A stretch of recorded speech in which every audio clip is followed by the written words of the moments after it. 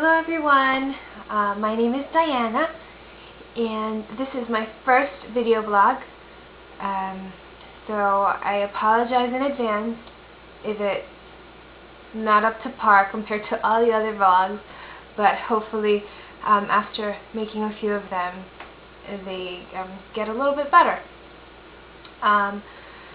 So I created this blog because I've seen a few blogs on pregnancy and pregnancy loss, and I really wanted to share my experience with people, and also I wanted to kind of use my experience and turn it into something positive, and if sharing it with other people and helping them in any way helps, then I'm glad I did it. Alright, so I'm going to start with telling you guys my story. In March of this year, I found out I was pregnant. Very excited with the hubby, and he was super psyched too. Very early in the pregnancy, we started having complications, and we went to the doctor because of the bleeding and cramping, and the doctor diagnosed me to be a high-risk pregnancy and that I shouldn't be lifting anything over 10 pounds.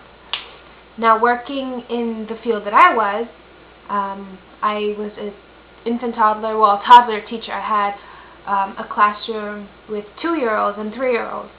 It was really hard to not lift anything more than 10 pounds because all my kids, you know, while they were still big, they still were babies.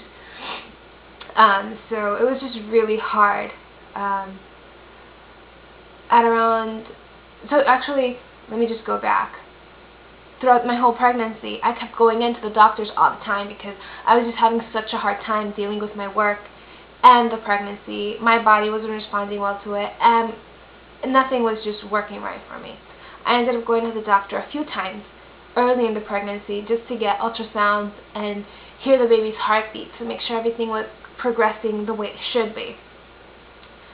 At about 15 weeks, I go in and I asked the doctor, you know, I have a few friends that are due around the same time I am, and they've had a bunch of tests done, you know, the nuchal translucency test, a bunch of tests that people that are in the category of high-risk pregnancy, they would get done.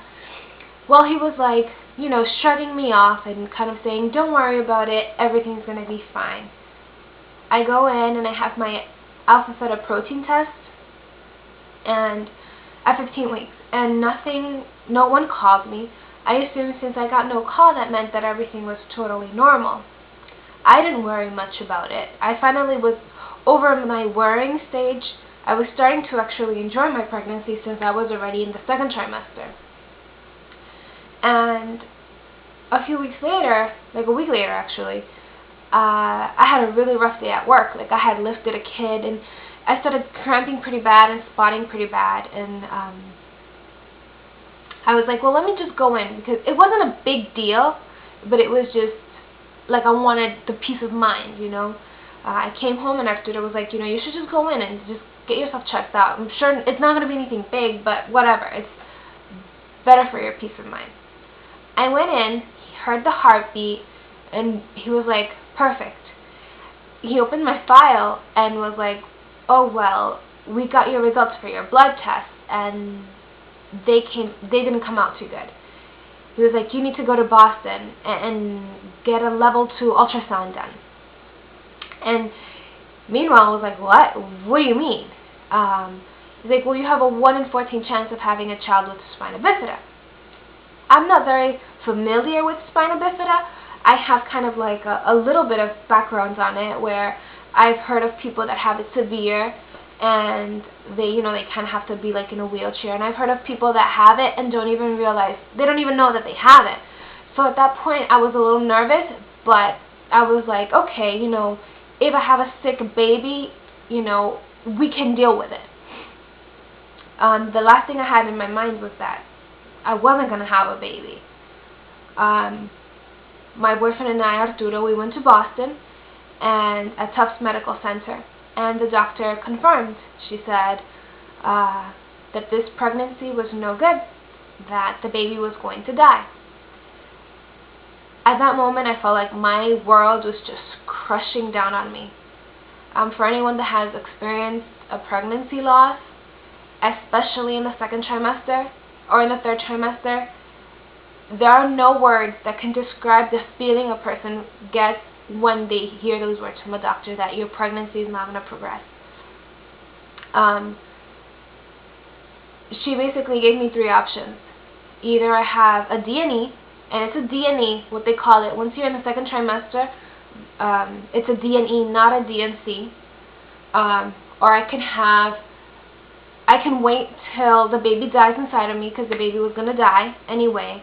The baby had the bladder growing outside of the body, and therefore there was no urine going to the kidneys. The kidneys were completely done, and since there was no urine being secreted to the placenta, into the amniotic, there was no amniotic fluid, so the baby wasn't going to be able to breathe, to develop lungs. So it was just all a domino effect, resulting in the baby dying. Or, so it was either the D&E, waiting for the baby to die inside of me, and that I would have to deliver the baby, a dead baby, or I would just deliver at that time, deliver at 19 weeks, and the baby would die either way. All the options resulted in my baby dying. I was devastated. I needed more answers. A couple of days later, Arturo and I went to New York. A friend of mine recommended that I go to the New York Presbyterian Hospital, and we saw the chief of maternal fetal medicine doctor there, and she confirmed what they told me at Tufts Medical. And it was hard, but at least I knew that I was going to make a knowledgeable decision. I needed to know that what I was going to do for myself, or the decision I was going to make, wasn't the wrong one.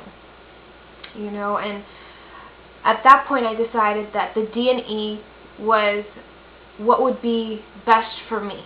A lot of people, they go on and decide to wait it out and miscarry on their own or go into labor. I had gone through so much in such a short period of time that I mentally could not handle giving birth to a baby that would die. Like, I couldn't. So at the end of it, on June 25th, we went in and I had the D&E. I can tell you, at Tufts Medical Center, it was, for what it was, obviously you don't want to go in for something like that. It wasn't bad. I don't remember anything. I didn't feel anything. I didn't see anything. It was kind of like I went in, they put me on meds. They had the general anesthesia where I was completely asleep, and I didn't feel anything. So it was fine at that point. After coming home, I was just devastated. Like, I was empty and just sad, really just depressed. I wouldn't wish this upon the worst person, and anyone that has gone through this will understand what I'm saying. It almost feels like your world just stopped. Almost feels like you're the only person going through this, and while it is tough, it does get better. I'm not going to lie and say that you're going to be perfectly fine, but it does get better.